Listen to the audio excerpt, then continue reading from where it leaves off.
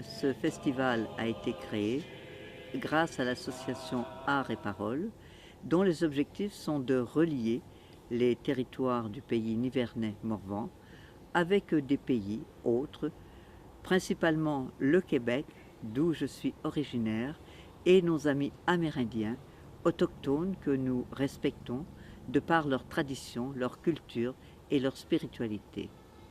Ici, nous sommes très près des autochtones, du fait que nous vivons dans la nature, beaucoup d'arbres, beaucoup de lacs, beaucoup de paysages merveilleux. Et ces paysages nous ressourcent et aussi nous voulons les protéger. Notre objectif est de créer des liens, des relations autres dans un monde que nous espérons basé sur la solidarité, la fraternité et le partage. Cette année, donc, le thème autour de Amun, qui signifie en langue inou le rassemblement, était les aînés, la parole des aînés dans la tradition. Kokum, grand-mère, Mouchoum, grand-père, ils ont une très grande place dans la culture et un très grand respect. Et celui qui donne le festin mange toujours en dernier, après que tout le monde a mangé, pour être sûr qu'il n'en manque pas. Des petits protocoles, mais ça démontre l'importance des Kokum et des Mouchoum. Nous avons vu des films représentant cette parole dans la transmission des femmes aux jeunes filles. Il y a eu ici des rencontres de femmes dans la Loge des Lunes avec Joanne Pony, la rencontre autour des hommes avec Robert Steven Krause, et nous avons eu aussi Madame Jeanne Demoulin qui travaille en milieu rural dans le pays nivernais Morvan. Elle s'occupe d'une association dédiée aux aînés. Il y a eu un spectacle de Robert Steven Krause sur les chansons traditionnelles amérindiennes.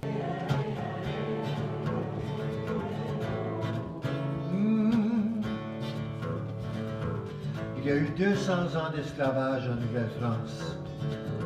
On appelait ces esclaves amérindiens des Pawnees. Les femmes et les enfants servaient les bourgeois, les religieux, les militaires, et les hommes tentaient de s'enfuir. Pawnee Joe soulève les yeux vers le ciel. Qui sont ces gens? Pourquoi si cruels?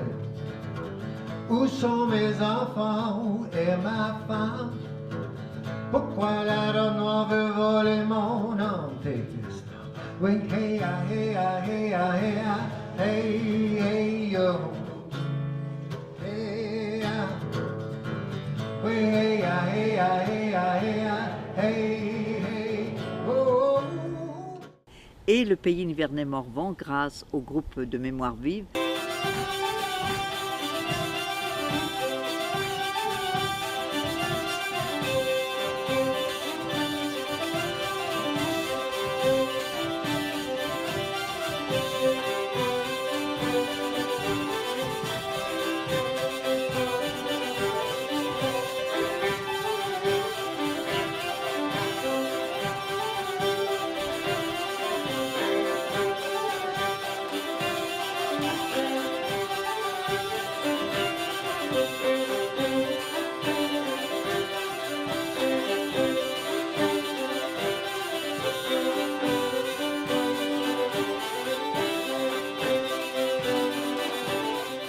qui nous ont donné chacun dans leur tradition l'aspect du pays.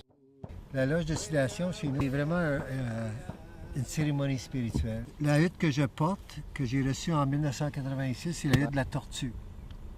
Il y a 13 morceaux de bois qui vont être utilisés pour la faire. 12 et un 13e, ça c'est le dernier qu'on avait de la dernière fois. Pourquoi 13?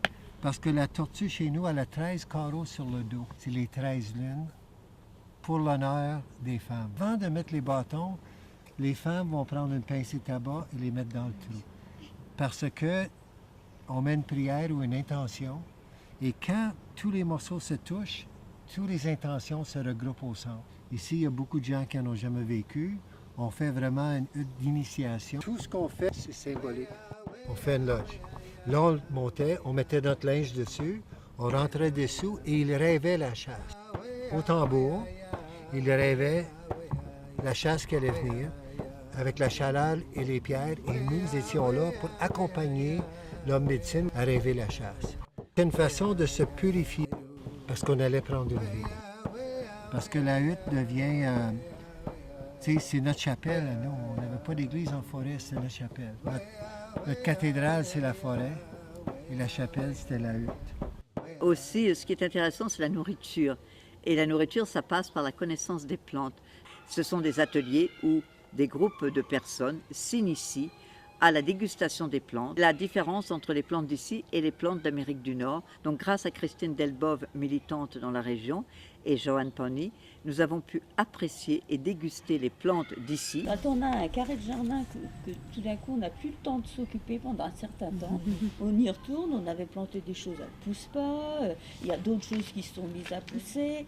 Alors que quand on s'en occupe régulièrement, eh ben, les plantes qu'on veut viennent. Je fais cette expérience-là, parce qu'il arrive toujours un moment où je suis obligée de laisser mon jardin. Comme moi, là. Et voilà.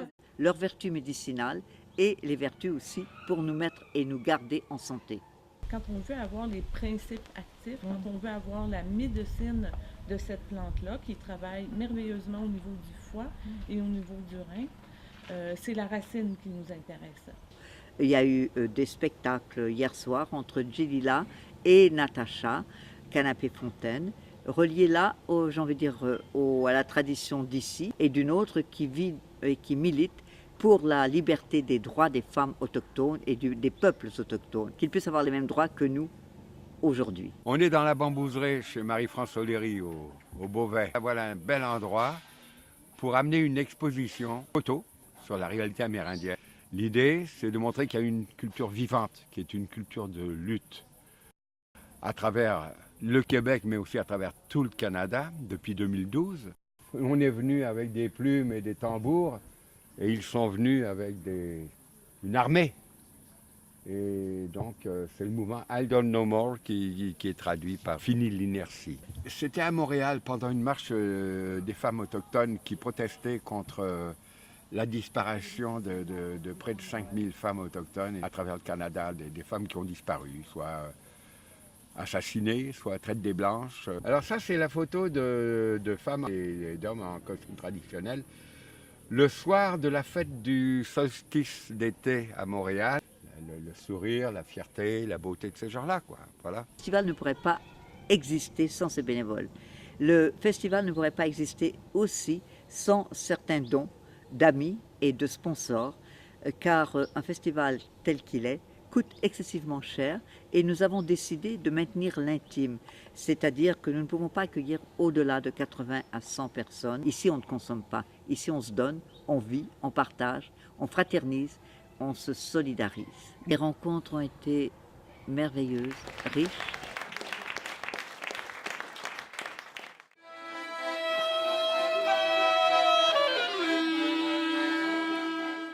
Le mot de la fin, c'est dans l'amour, dans la fraternité et la solidarité, nous créons, tel que l'a chanté hier soir Jelila et Natacha, un monde nouveau. Et c'est vers ce monde autre, ce monde nouveau, que nous allons.